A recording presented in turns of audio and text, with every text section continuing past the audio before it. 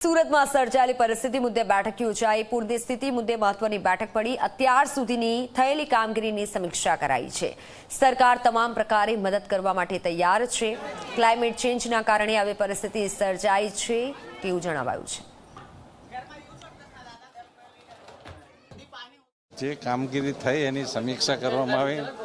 જ્યાં જ્યાં કામગીરી સંકલનનો અભાવ હતો એ સંકલન કરવાની વાત થઈ છે અને દરેકને જે કંઈ પણ ત્રુટિ છે એને સુધારવામાં આવશે। બોટ હોય કે સાધનો હોય એ દરેક વસ્તુની ચર્ચા થઈ છે અને એ પ્રમાણેનો અમલ કરવાનો। જે આ કુદરતી 16 ઇંચ જેટલો વરસાદ એક સાથે પડે ત્યારે ઘણી બધી મુશ્કેલી થાય છે, પરંતુ સરકારના દરેક પ્રયત્નો આને નિવારવા માટેના ચાલુ છે અને ચોક્કસ રીતે થશે।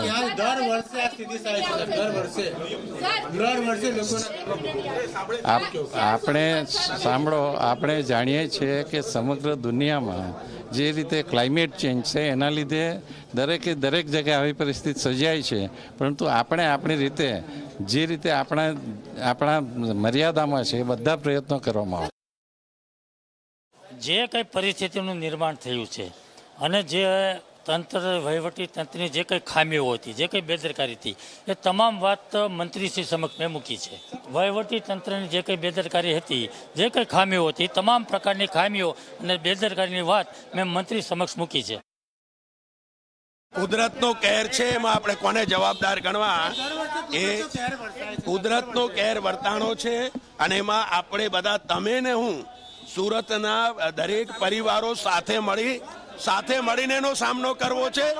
દર વખતે મારા વિસ્તારમાં પાણી ભરાય છે, ખાડીના બે બાજુ ખાડી છે, પાણી આવે જ છે અને આ વખતે બી પાણી આવ્યું છે, પણ એની અંદર વધારે પડતો એક દિવસની અંદર 4 કલાકમાં 16 ઇંચ વરસાદ પડે।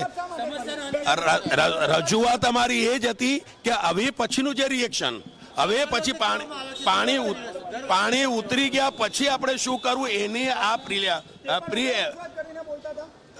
કોઈ રજૂઆત અમારી ઉગ્ર નથી। બધા એકબીજાને સાથે મળી અને આવનારા સમયમાં હવે આજથી અમારી એક્શન એ શરૂ થશે કે અમારે સફાઈનું કામ કેવી રીતે ઝડપી કરવું, દવાનો છંટકાવ કેવી રીતે કરવો, એટલે લોકોની જાન સાથે લોકોના